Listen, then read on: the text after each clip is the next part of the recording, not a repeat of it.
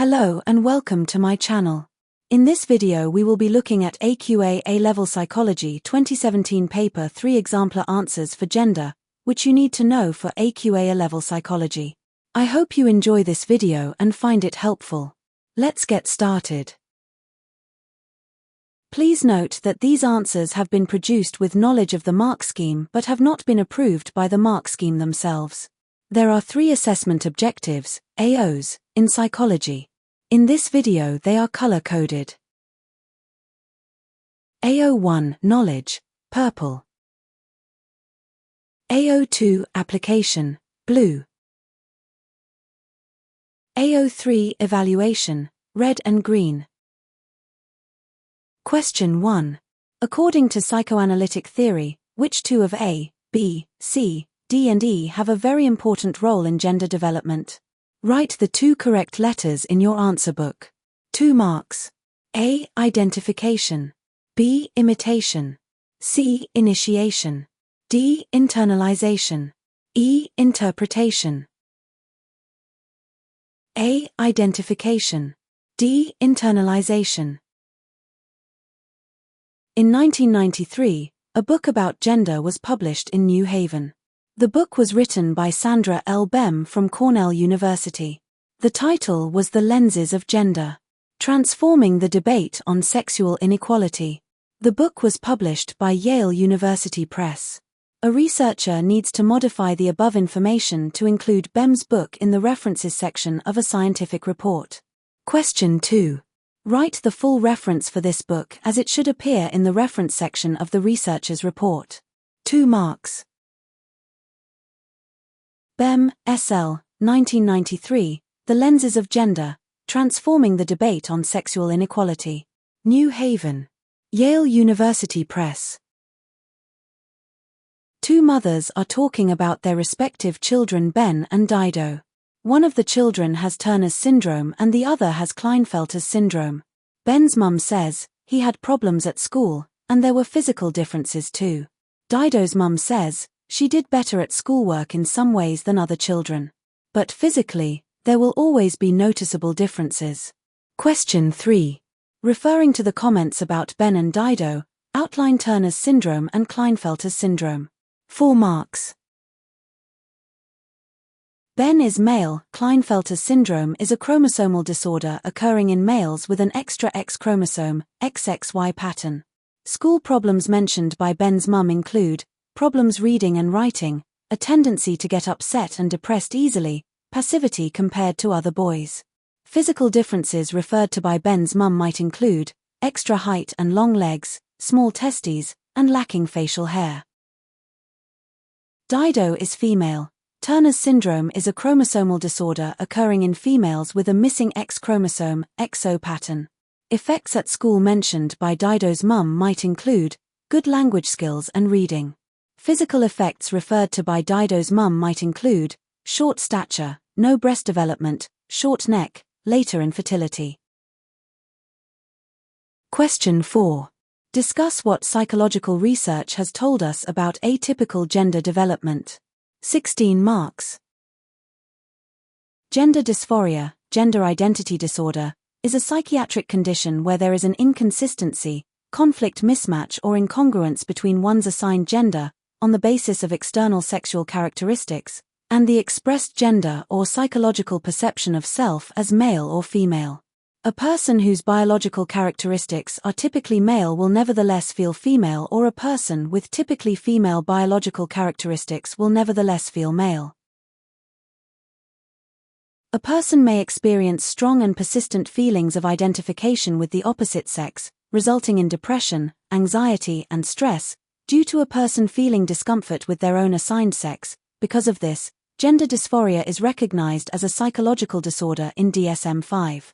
To resolve this discomfort, people may identify as transgender or undergo gender transitioning and reassignment surgery. This changes the person's sexual identity through changing their reproductive organs and hormone levels, which consequently changes their appearance. This allows them to more comfortably open dress and use mannerisms associated with the opposite gender. There are 4 biological explanations of gender dysphoria: brain sex theory, genetics, phantom limb and crossing wiring theory and hormones. Brain sex theory suggests that gender dysphoria is a result of brain structures that are incompatible with a person's biological sex. Some areas of the brain are dimorphic, meaning they take a different form in males and females. This theory assumes male and female brains are different, and those suffering from gender dysphoria have brains that do not match their biological sex. One area of the brain that has been studied is the bed nucleus of the stria terminalis, BSTC, which is located in the thalamus. The BSTC is on average twice as large in heterosexual men as in heterosexual women and contains twice the number of neurons. Brain sex theory proposes that for people with gender identity disorder, the size of the BSTC correlates with preferred sex rather than biological sex. The genetic explanation suggests that there may be a specific gene, or combination of gene variants that cause or make a person more vulnerable to developing gender dysphoria. A strength of biological explanations of gender dysphoria is that they can be socially beneficial. If a biological cause is found to affect gender dysphoria, then this could help members of society be more accepting towards the conditions, as they may accept that it is not the individual's fault that they are suffering from the condition and feel the way they feel in their own body. This can be a relief for individuals who feel out of place and abnormal because they were born in the wrong body. This could cause gender dysphoria to be classified as a medical condition, which requires treatment and removes the responsibility from the individual and gives them more of an opportunity to get help and support. This is a strength because it suggests that identifying a biological basis for gender dysphoria could significantly reduce societal stigma and increase acceptance towards individuals experiencing this condition. A limitation of biological explanations of gender dysphoria is that they can be social sensitivity. If viewed as purely biological, gender dysphoria might be seen as an immutable condition, risking prejudice and the perception of individuals with gender dysphoria as abnormal. Additionally, the current classification of gender dysphoria as a psychiatric disorder, rather than a medical condition, can stigmatize those affected, portraying them as ill rather than simply different. This classification would be unjust if gender dysphoria has biological roots, as individuals would be labeled mentally unwell due to factors beyond their control. Furthermore, biological explanations could be misused to justify discriminatory practices or policies, such as denying gender-affirming care or reinforcing harmful stereotypes if certain biological characteristics are not found in individuals claiming gender dysphoria.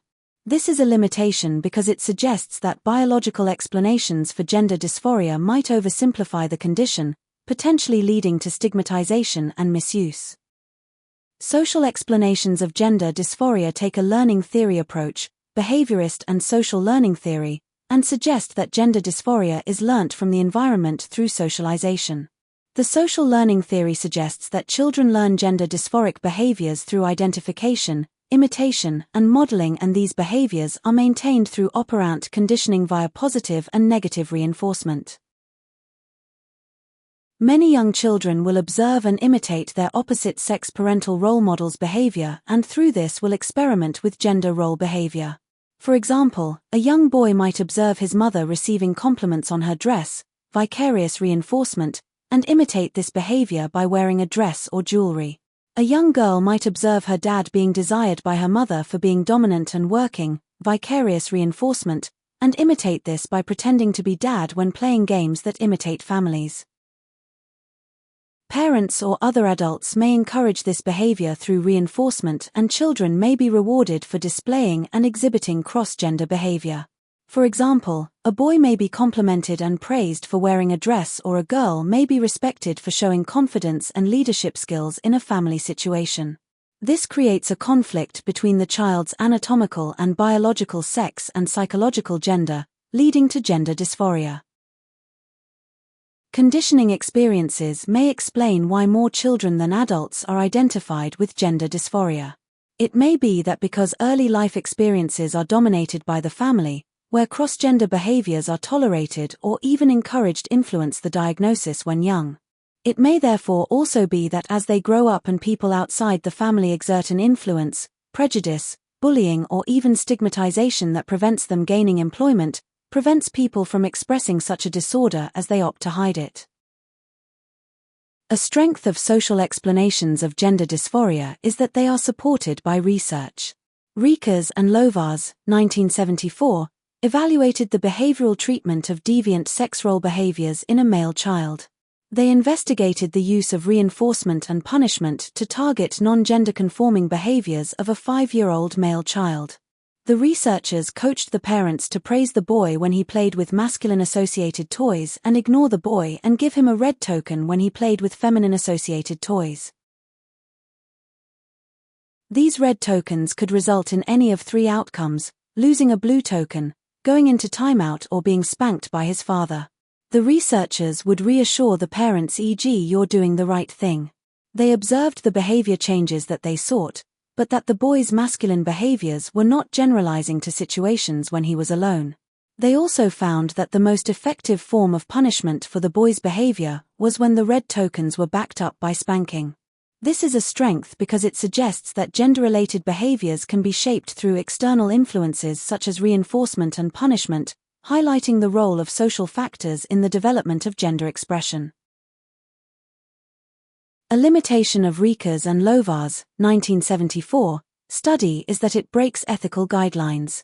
Riekers and Lovars, 1974, directly facilitated the shaming and abuse of a 4-year-old child because he engaged in behavior that was not judged to be appropriate for his sex assigned at birth. The authors further used disturbing sexualized language, i.e., fantasies, flirtations, slovenly, seductive eyes, when describing this preschool-age child in the corresponding published article. This is a limitation because it suggests that the study's findings may be compromised due to the ethical violations, raising questions about the validity and generalizability of the results. Thank you for watching. If you have enjoyed this video, please like and subscribe for more content like this. Bye.